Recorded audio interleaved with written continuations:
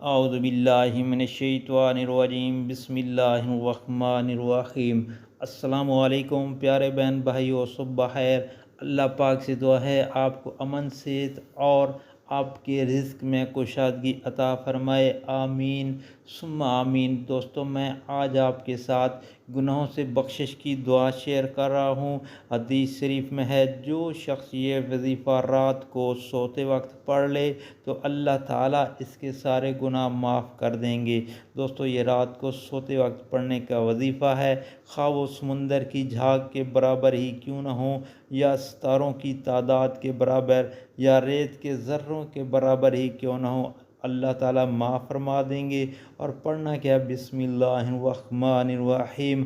अस्तगफिरुल्लाहल्लज़ी ला इलाहा इल्ला हुवल हय्युल क़य्यूम व अतूबु इलैहि। अस्तगफिरुल्लाहल्लज़ी ला इलाहा इल्ला हुवल हय्युल क़य्यूम व अतूबु इलैहि। तिर्मिज़ी शरीफ की हदीस है। और अल्लाह पाक से दुआ है कि तमाम मोमिन मुसलमानों को इस पर अमल करने की तौफ़ीक अता फ़रमाए। और आपसे गुजारिश है कि इस दुआ को आगे घर वालों, दोस्तों और अज़ीज़ व अक़ारब के साथ शेयर करें। अल्लाह पाक आप पर रहम फ़रमाए, आमीन सुम्मा आमीन।